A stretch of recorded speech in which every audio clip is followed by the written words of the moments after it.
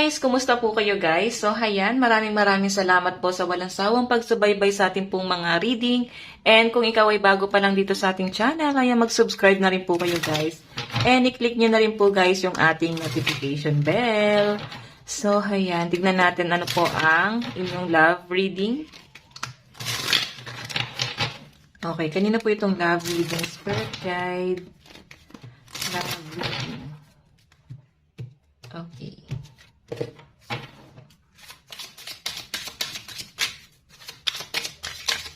Love reading. Okay. So guys, meron tayong attraction. Attraction. Sige, tingnan natin guys. Sinapag natin yung mga card nyo. Wow! Oh my God! Nako. Romantic feelings.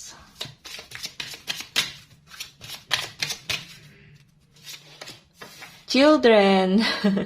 Actually, guys, nakikita ko, oh my God, yun lang, guys, no? Separation yung bottom of the deck. Nakikita ko rito, guys, sobrang mahal nyo ng person mo yung isa't isa. Maaring nagkakaroon po talaga kayo ng struggle ngayon. Maaring kayo ay nagkaroon po ng hiwalayan. Maaring hindi kayo nagkaintindihan sa ilang bagay. Okay, so may deception. Okay, kung bakit kayo, guys, nagkahiwalay. Sa nakikita ko rito, guys, itong person mo, no? Nung una, mahal na mahal ka niya. Sobrang nag-e-effort siya. And hanggang sa parang nakuha ka na rin niya. Okay, iba sa inyo guys, nagkaroon pa kayo ng anak. Iba sa inyo guys, maaaring nagsasama pa rin naman kayo. Pero, may pagtatalo. Ayan, baka naapektuhan na rin kayo guys ng Venus retrograde. So, may separation. Maaaring meron daw po dito guys, komprontasyon na naganap. And kinumpronta mo tong person na to. Tinanong mo siya pero wala siya guys sinasagot, no? Wala siyang sinasabi sa inyo. Okay, so nakikita ko naman guys, lalambingin ka pa rin ng person mo. Lalo na kung may mga anak kayo guys. Ay no, lalambingin ka pa rin ng person mo. Lalapit siya rito guys. Siyempre ikaw naman, napifeel ng person mo na madali kang mapaikot. So mapapaikot ka naman guys. So tignan natin. Kanina po itong love situation.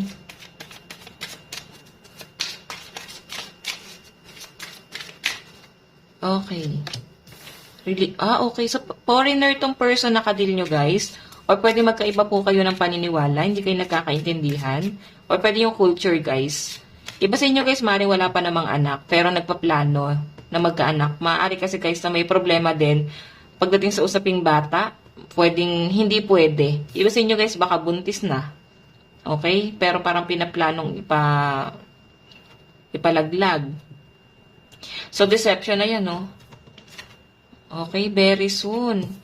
Iba sa inyo, guys, maaaring hindi nyo pa, guys, alam. Pero malalaman mo rin yan, guys. Okay? Malalaman mo rin, or nararamdaman mo na, pero wala ka pang ebidensya. Give your relationship a chance. So, eto, guys, na person mo, maaaring ilang buwan na rin kayong hindi nagkakausap, or maaaring ikaw na yung lumayo. So, nakikita ko dito, guys, magre-reach out sa inyo tong person na to. And maaaring mabigyan, guys, ng second chance itong relationship na to. Kasi may very soon pa dito, oh. Ayan yung sasabi nung card nyo. Yun nga lang, mahirap na sa inyo, guys, ang magtiwala. Pero makukuha kasi ng person mo tong tiwala mo, lalo na, at mag-e-effort po siya sa inyo. Okay? Pay attention to the red flags. Yun lang, guys, ang problema dito sa connection yung dalawa. Para bang gusto mo nang lumayo dito sa person mo. Pero, lagi kasi siya guys nagpaparamdam. Lagi niyang pinipilit pa rin yung sarili niya. So, ikaw para bang hindi mo alam kung paano ka lalayo. Release your ex. Kailangan mo na daw muna siyang i-release. So, parang wag muna. Kasi gusto mong panindigan. Eto para bang gulong-gulo na yung iba sa inyo guys, no? Gulong-gulo na kung tatanggapin pa ba? Gulong-gulo na kung magpapatawad pa ba? Papasukan niyo pa ba sa buhay niyo? Or i-release niyo na sa buhay niyo? Or iiwan mo na tong taong to guys. Kasi sobrang bigat na niya eh. Sobrang bigat na nung energy niya.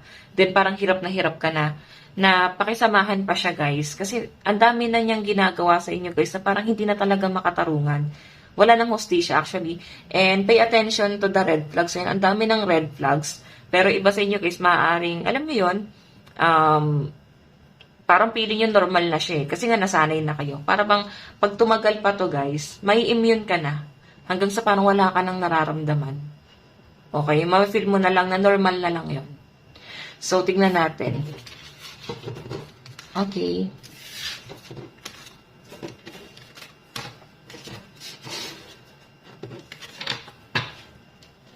Okay, so nasan yung ating card? Anong nararamdaman sa inyo ng person mo? Pero bago ang lahat, tignan muna natin, no? Kanina po itong energy, spirit guide. Kanina po itong energy. Kanina po itong energy.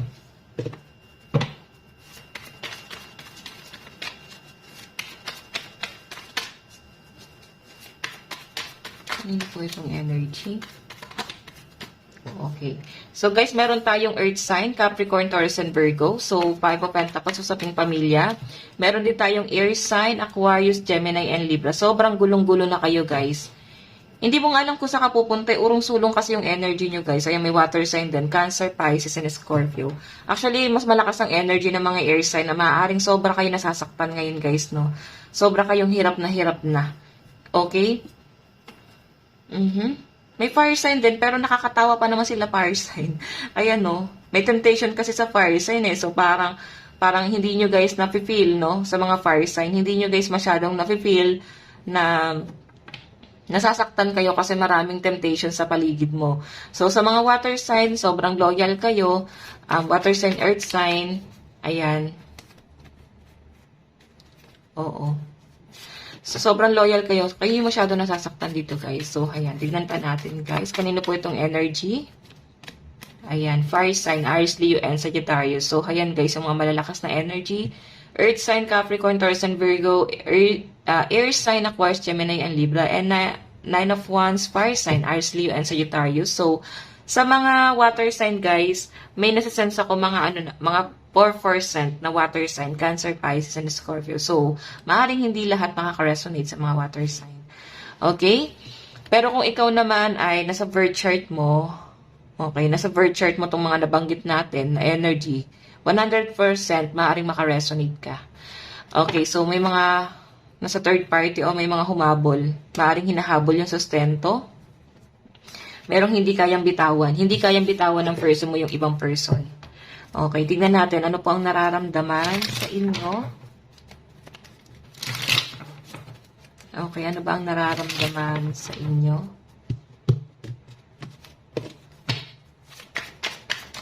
Nararamdaman ng person mo.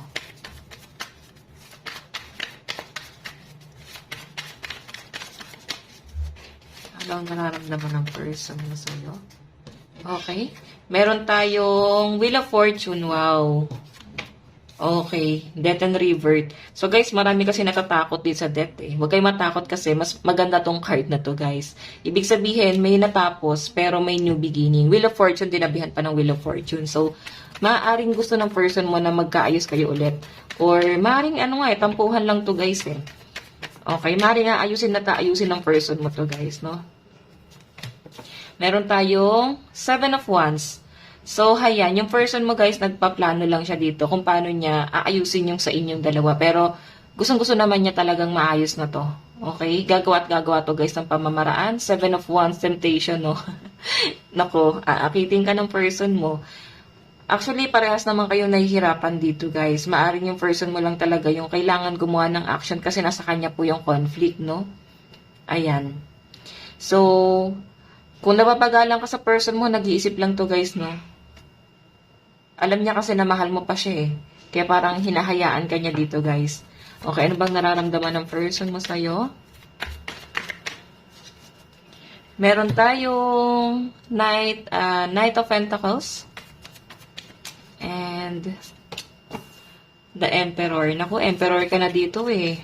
Nagmamatigas ka na. Hindi ka na rin desidido dyan sa person na. Okay? Kasi parang nape-feel mo dito, uulit at uulit lang tong person mo na to, guys. Parang hindi siya, guys, magbabago. Oo, nandun pa rin yung temptation, oh. And, pinasasakit niya lang yung ulo nyo, guys. So, ang masasabi ko lang dito, guys, kung hindi mo na talaga feel itong person mo, mas maganda na palayain mo na yung sarili mo dito, no? Kasi emperor ka na, nagmamatigas ka na eh. Kumbaga siya na yung bumuo sa inyo niyan.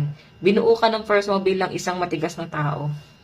Ayan. So, tignan natin, guys.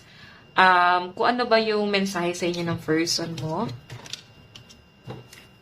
Okay, mensahe ng person mo. Kunin ko lang guys yung card.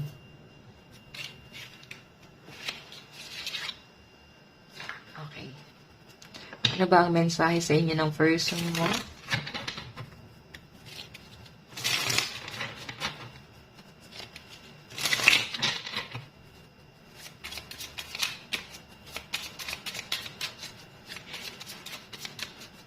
So guys, meron po tayong the timing just wasn't right for us. Ibig sabihin, parang wrong timing kasi na nagkatagpo kayo guys. Nasa komplikado siya, hindi siya makapag-decide. Kumbaga, pwedeng ikaw ganun din. Parang hindi pa siya yung tamang, hindi pa yung tamang panahon para magkita sana kayo.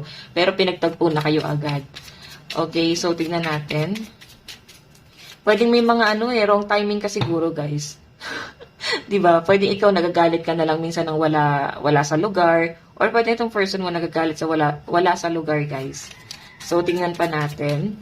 Meron po tayong I want you. Ikaw talaga yung gusto niya, guys.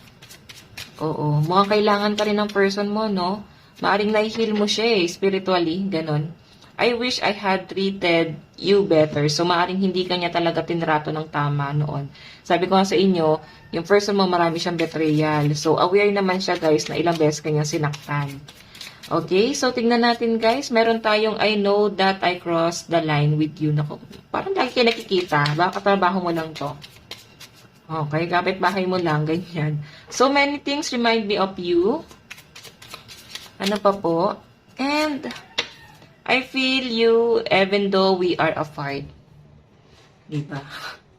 Ramdam na ramdam ka ng person mo kahit di kayo magkasama dito, guys. Ayan. Kukuha tayo, guys, na syempre tignan natin mamaya yan. Question. Ano yung katanungan mo sa person mo? Syempre, hindi mawawala yan, no? Kung gusto nyo guys, dagdagan yung question natin. Ayan. I-comment nyo dyan, guys, ano yung pwede pa natin idagdag. Meron na bang iba dyan sa puso mo? Meron na bang iba? Okay. Sabi ko sa inyo guys, diba, wala ka pang ebidensya, pero nararamdaman mo na. So, tignan natin, meron na bang iba? Ayan na.